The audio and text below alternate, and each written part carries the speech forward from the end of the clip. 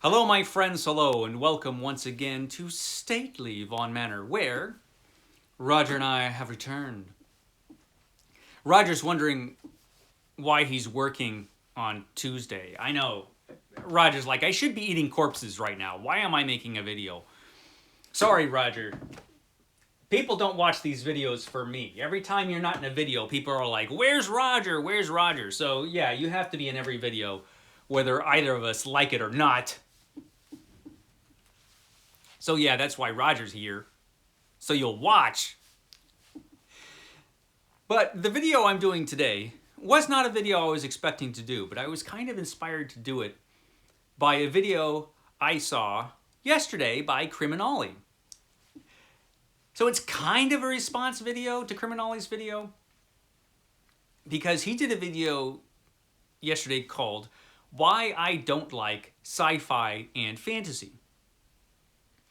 Which really made me think because, I love that stuff. And why? Why do I love it?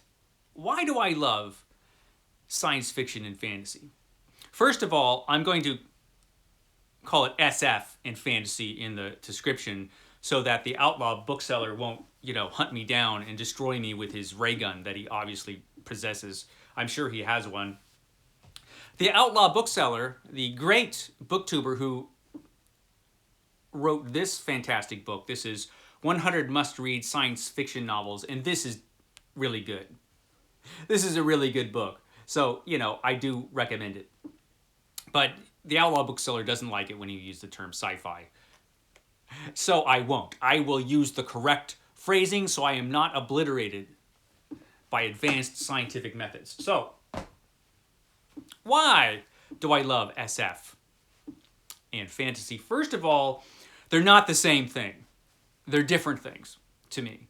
There are some people who think they're the same thing. I think Steve Donoghue has gone on record as saying, they're the same thing. And they're not. They're very much not for me. This is wonderful. I love it. This is Fantasy Masterworks, Time in the Gods, Lord Dunsany's stories. This is not in any way, shape, or form science fiction. It is very much fantasy.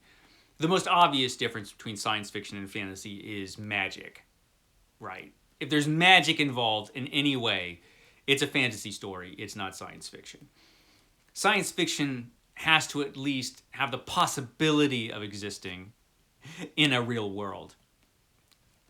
And so while the dividing line can be a little blurry between these two things, see Edgar Rice Burroughs' Mars series. A Princess of Mars definitely has elements which seem fantasy. But, it's a science fiction book. I mean, the way he gets to Mars is a little, but, it could just be science we don't understand. There can be some fuzziness in between these two genres, but they are two different genres, in my opinion. And CriminOlly doesn't like at least a lot of science fiction and fantasy. And the reason he gives is the world-building aspect of science fiction and fantasy. One of the things I really like about those two genres. And CriminOlly, it's a great video. He's very honest in the video, as he always is. And I just found it interesting. For him, going into a story that is set in a world completely different, or at least very different than our own, is kind of a block for him in the enjoyment of the story. And I kind of get that. I mean, if you read this book, this is a crime book. This is Murder Is My Business, edited by Mickey Spillane and Max Allan Collins, a really cool anthology of crime stories. So you go into this book, the world that you'll find in these stories isn't exactly like ours. This could be a world in the story that exists in a different time. Well, it's an older book, so it's obviously going to have stories that exist in at least a slightly different time, but the world is going to be our own. So it's going to be a recognizable world. So when you go into each of these stories, you kind of know the place that you're reading about, more or less. It's not going to have a lot of description it's not going to be describing the world that the characters exist in so much, because it's your world. You understand it, you know it going in. And so for CriminOlly, at least, walking into this is going to be a lot easier and a lot more enjoyable than walking into this thing, for example, the big book of science fiction that has a gazillion stories in it, and every single one of them, more or less, exist in a different world. So you finish one story, and then in the next story, you're plunged into a different world. And when you start the first paragraph, you have no idea where you are or what's going on.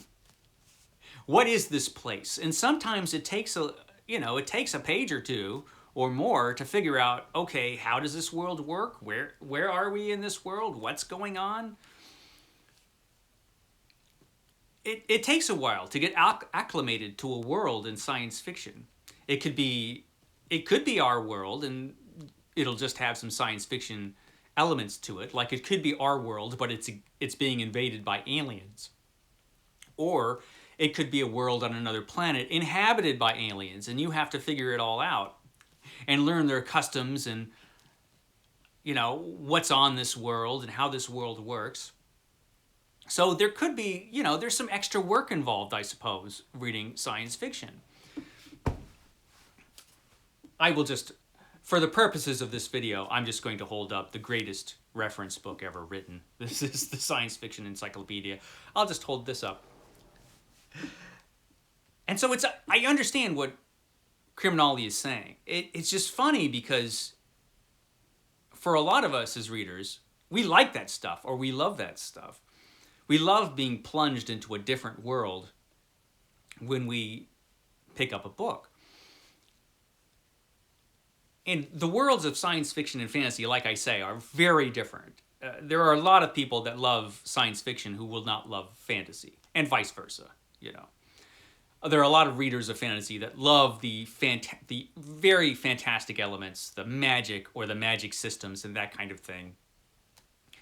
They love a completely different world, like one you'll find in the Wheel of Time books that exist just in a different place with different rules. And they love the 9 billion pages that it takes to get through, that saga in this other place. Whereas science fiction is, a very different thing. And so a lot of readers of science fiction are not going to love fantasy. I love them both. I tend to like science fiction a lot more. In fact, if I were to be forced to only read one type of fiction, it would be science fiction. If I had to read just one thing, that would be it, science fiction. I could probably very happily just read science fiction for the rest of my life. I've certainly got enough of it that I have to get to. And it's very much the adventure of discovering a new world that I love about science fiction. Of course, science fiction offers more than that. It has speculative ideas. It can explore possibilities that do not exist, or at least do not exist yet, but are possible. It's fun to read old science fiction, to see the future as they imagined it in the past. That's one of the reasons I love vintage science fiction. You have writers in the past trying to speculate on the future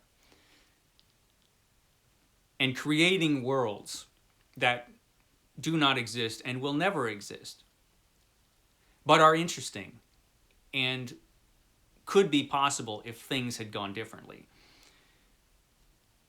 And certainly speculating on the future is always interesting to me. And I love the fact that I can pick up a science fiction anthology, read a story, and in the next story, I could be in a completely different place with completely different things going on.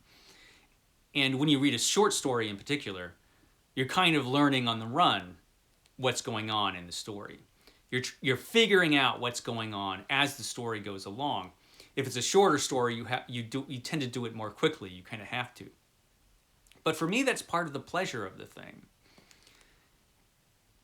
I think that's just, it comes down to taste when it comes to that. I will always love, I think, science fiction and fantasy and horror more than I love, say, average literature, or as I would think, literature of the mundane. Literature that exists in our world with nothing fantastic about it. And I think that is the magic of science fiction and fantasy. There's no magic in science fiction, but that's the special thing about it for me. True, I love science fiction more on the pulpy side, but I love all science fiction. I just love what it can do. It's a fascinating, fascinating thing. For me, science fiction is the most interesting genre. For me, science fiction has the most possibilities. You could argue that fantasy does, but in fact, I think, for me, fantasy can be limiting. And it is, ironically, magic that limits it. Because magic, you have to be careful with how you use magic, I think, in a story. Because you can literally use magic just to do anything. You need to get out of a tight spot. Hey, I've got a spell for that. Good fantasy handles it well. And science fiction, you can't rely on magic. You have to try to come up with something plausible, or at least possible, within the realm of possibility. Some writers do this better than others.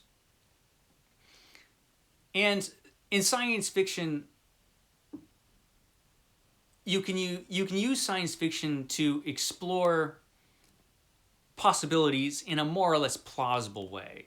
You can explore the troubles of society and things like that. You can do that in fantasy too.